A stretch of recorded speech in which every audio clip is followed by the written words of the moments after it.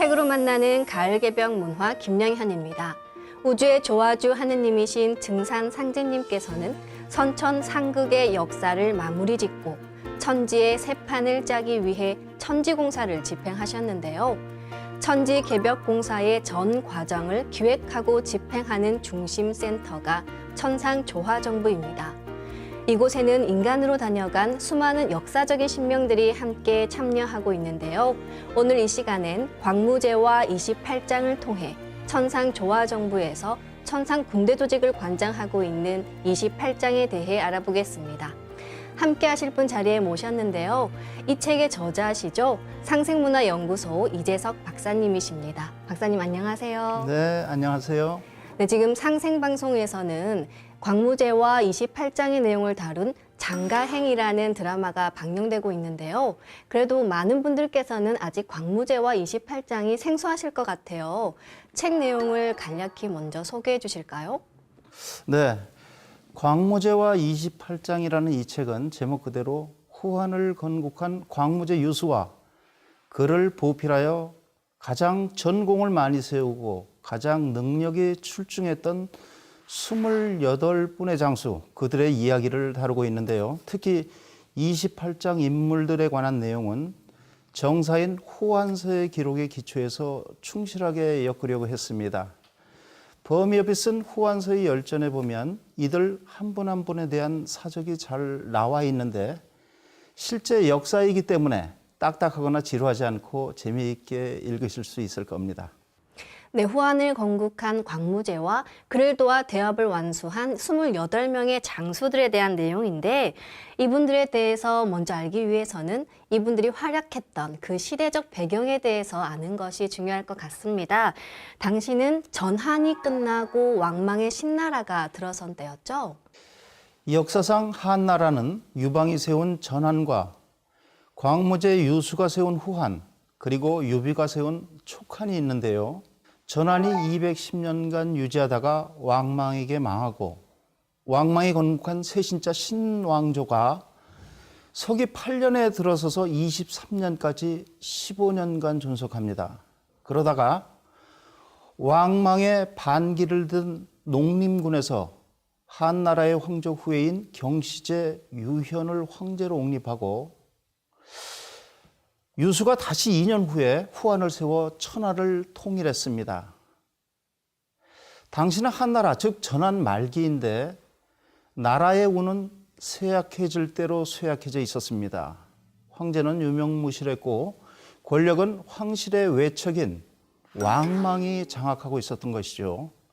결국 서기 5년 12월에 왕망이 평제를 독살하고 유자영을 황태자로 삼고서 자신을 대내적으로는 가황제, 대외적으로는 섭황제라 칭하기에 이르렀는데요.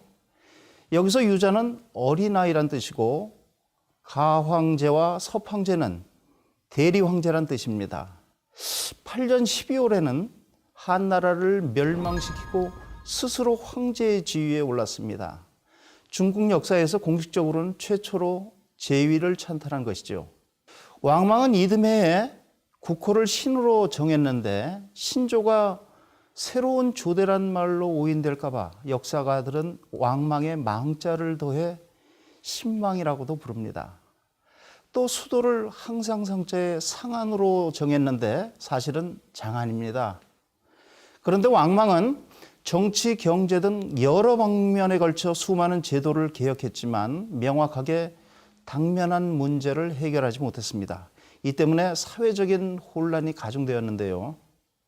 또한 세금과 부역이 감당할 수 없게 증가하고 특히 기근까지 겹쳐서 백성들은 갈수록 살기가 어려워졌습니다.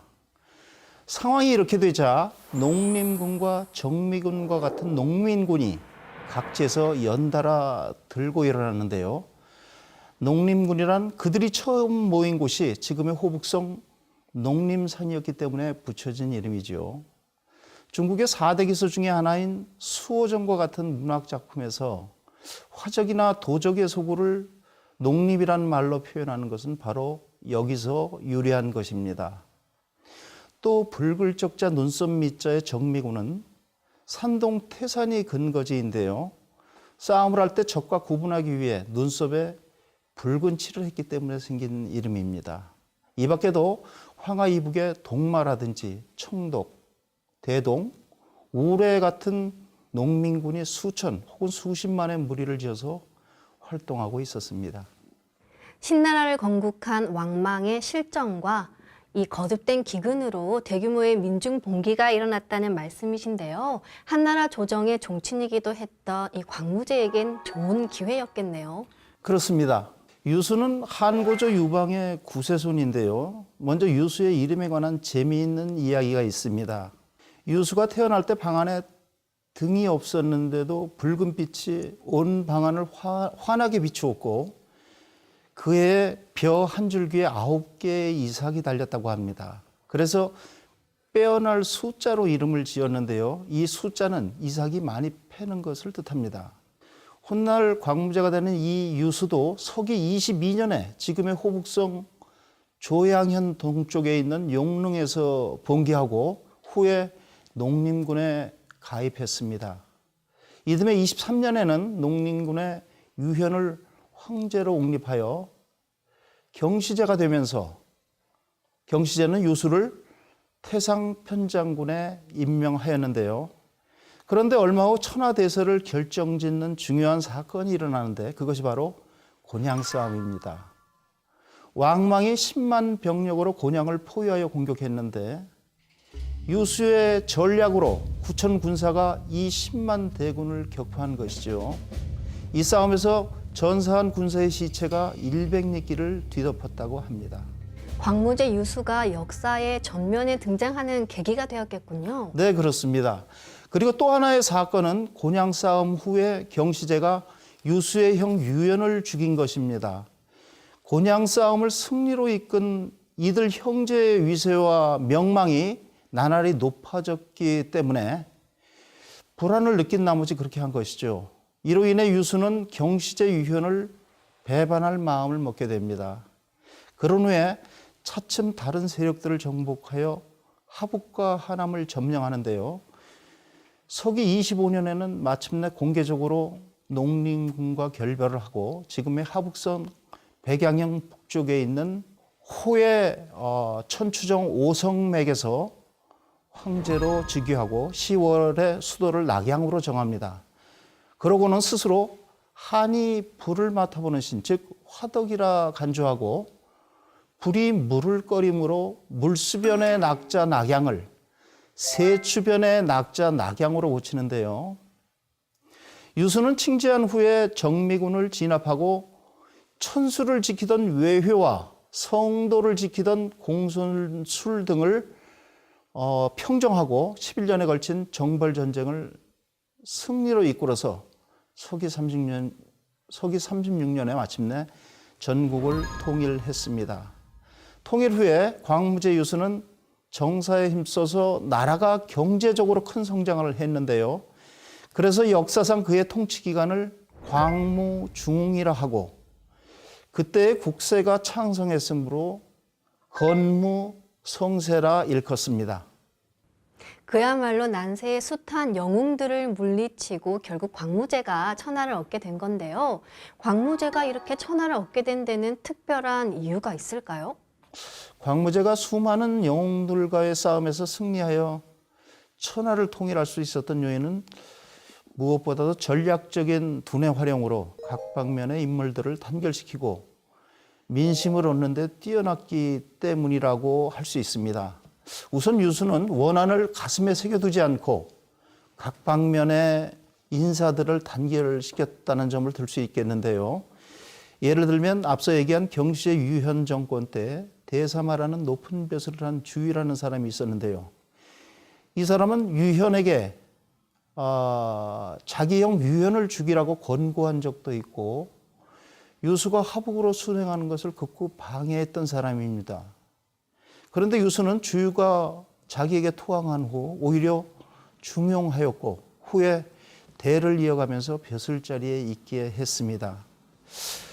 또 민심을 얻은 점을 이야기할 수 있겠습니다. 하북으로 순행하러 갔을 때 죄수들을 풀어주고 학정을 폐지했으며 군대의 규율을 엄하게 하여 추호도 범법을 하지 못하게 한 것이죠. 또 여린이란 곳에서 강둑을 터뜨려 정미군을 물속에 쳐넣어 고기밥으로 만들자는 유림의 건의가 있었는데요. 이것을 단호하게 거절하였고 제위에 오른 후에는 노비를 석방할 것과 노비에 대한 잔혹한 행위를 금지하라는 칙령을 여러 차례 반포하였습니다. 그 밖에도 진상품을 받지 않았고 또 장례를 간소화하도록 조치하였는데 이러한 것들이 모두 백성들의 환영을 받았습니다.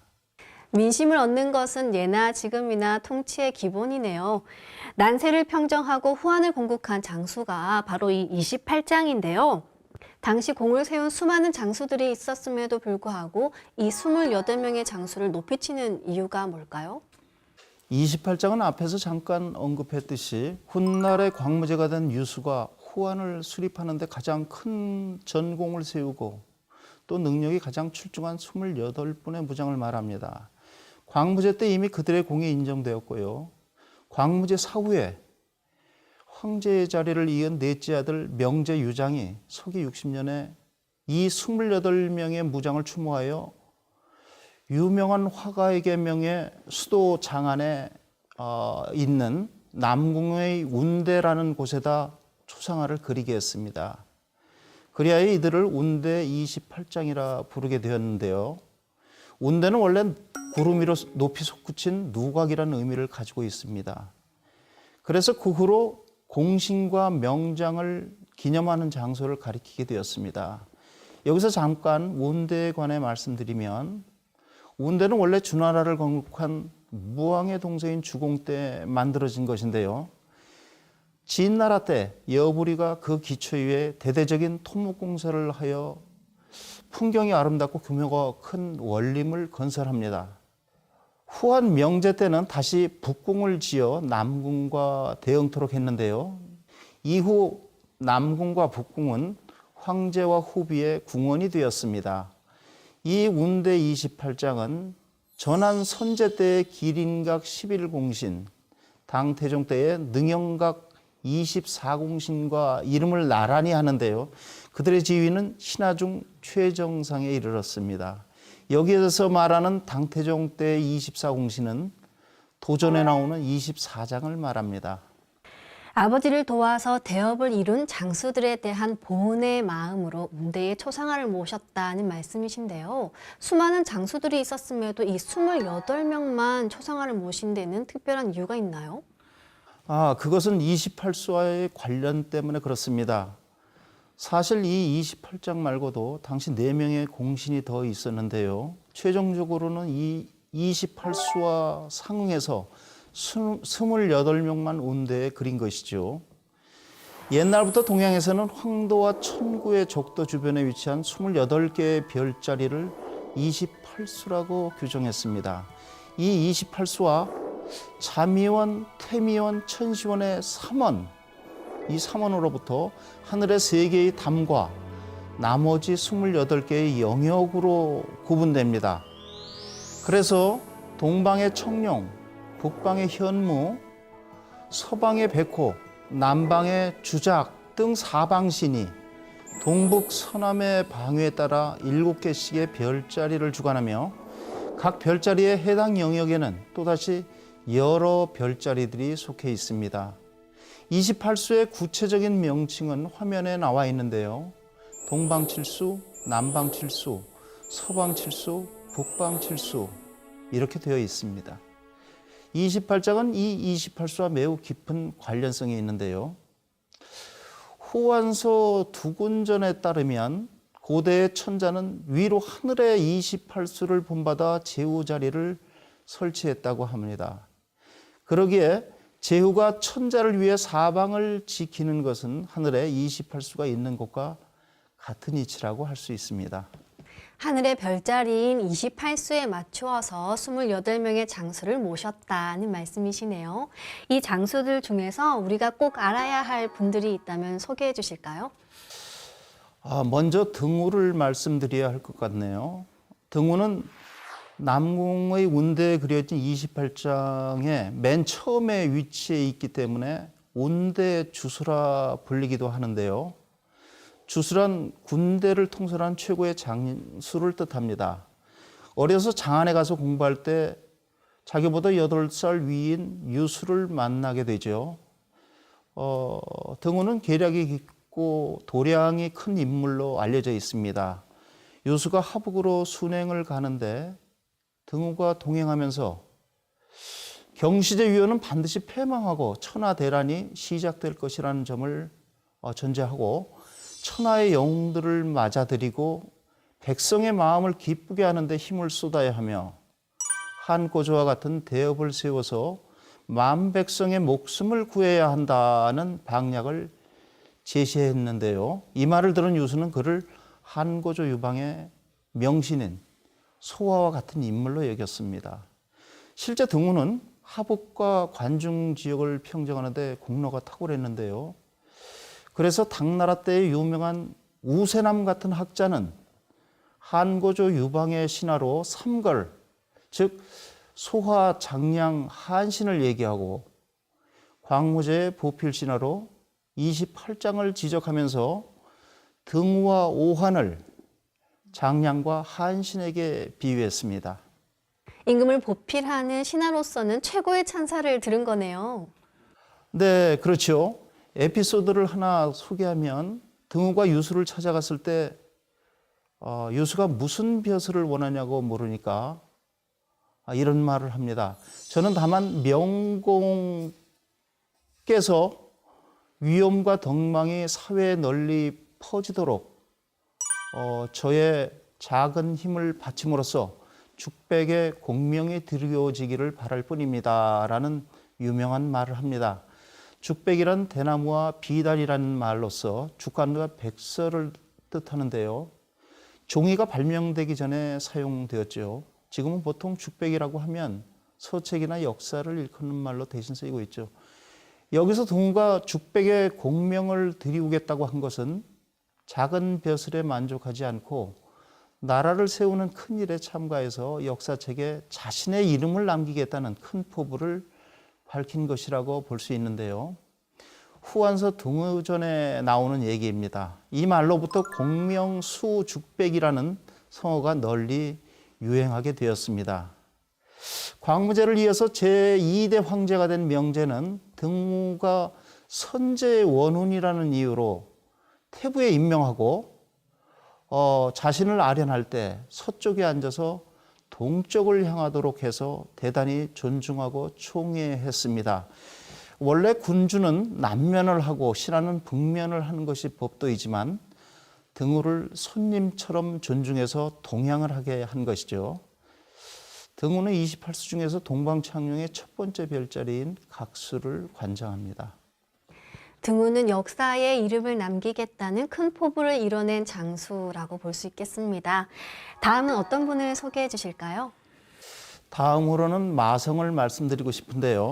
마성은 원래 왕망 정권에서 현의 관리 노릇을 했었는데 유수가 일어나자 그에게 투항을 했습니다. 오랫동안 전쟁에 참가해서 당시에 왕랑이라든지 유영, 이헌, 외효, 공손술 등과 같은 할거 세력들을 무찔러서 유수가 후한을 세우는데 큰 공을 세웁니다. 마성은 후한이 건립된 후에 변방의 일을 많이 했습니다. 북방의 흉노가 변방을 침입한 것에 대비한 것인데요.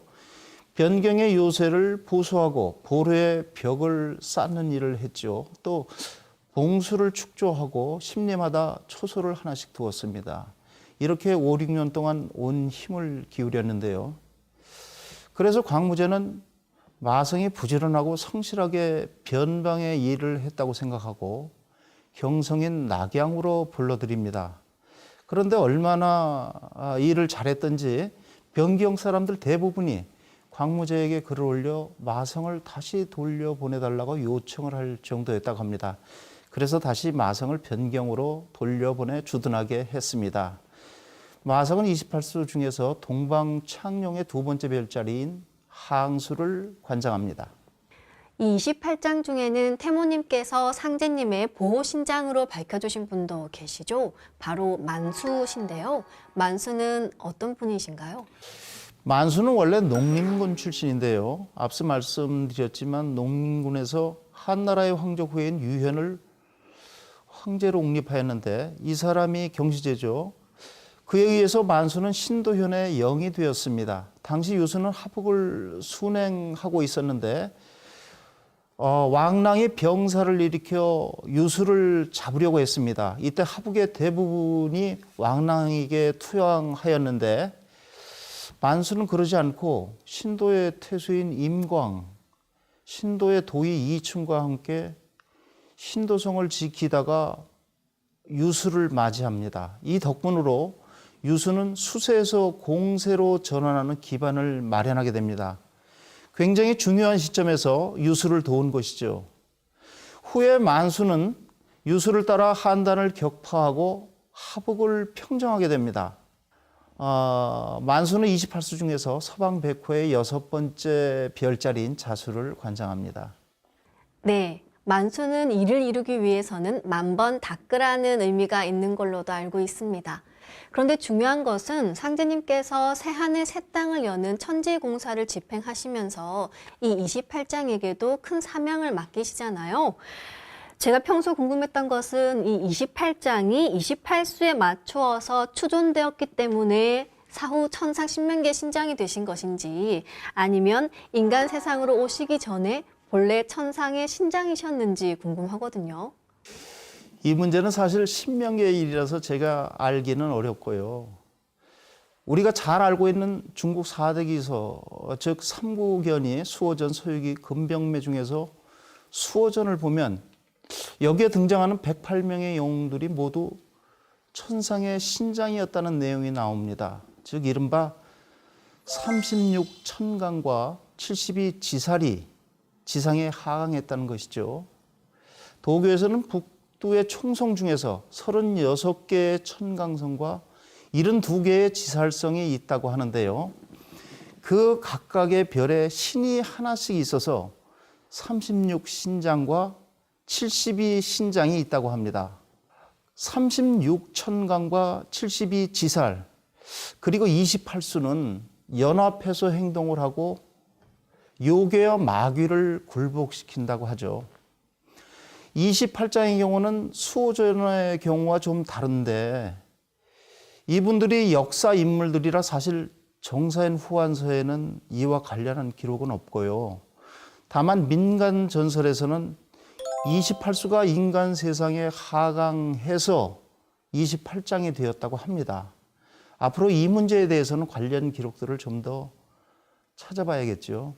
네, 도전을 보면 28장은 상제님을 보호하고 명을 집행하는 천상 신병군단의 우두머리로 이해할 수 있는데요. 특히 상제님께서는 개벽기 의통구호대 유김 조직공사를 보시면서 이 28장과 24장을 지구촌 인종 씨추리는 실무 책임자로 임명을 하셨습니다. 이를 통해서 이들이 지구촌 각 지역을 책임지는 주재 신장인 것도 알 수 있는데요. 오늘 박사님 말씀을 들으면서 28장에 대해서 모르는 부분들도 많이 알게 된 것 같습니다. 마지막으로 정리 말씀 부탁드릴게요. 네, 광무제와 28장은 모두 역사 인물들이라서 역사 공부를 하는데 많은 도움이 되리라 생각합니다.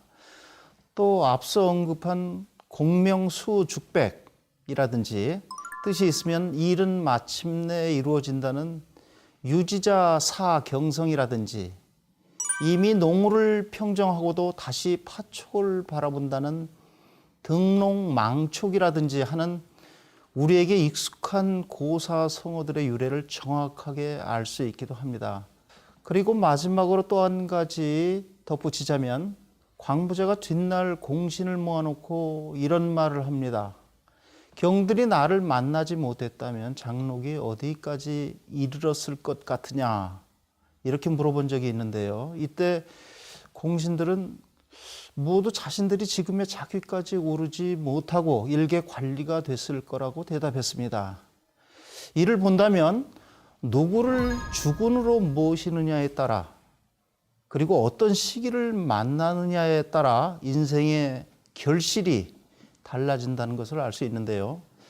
광무제와 28장을 통해 역사 속에서 공을 이룬 사람들의 교훈을 만나시면 좋겠습니다. 네, 지금까지 이재석 박사님과 광무제와 28장에 대해 말씀 나눠봤는데요. 말씀을 들으면서 막연히 생각했던 천상 조화정부의 모습이 좀 더 명확히 그려지는 것 같습니다. 박사님, 말씀 감사합니다. 네, 감사합니다. 후천 상생의 신문명을 여는 지구촌 역사 변혁의 구심점, 천상 조화정부. 이곳에는 인간으로 실존했던 역사적인 신명들이 함께 참여하고 있는데요.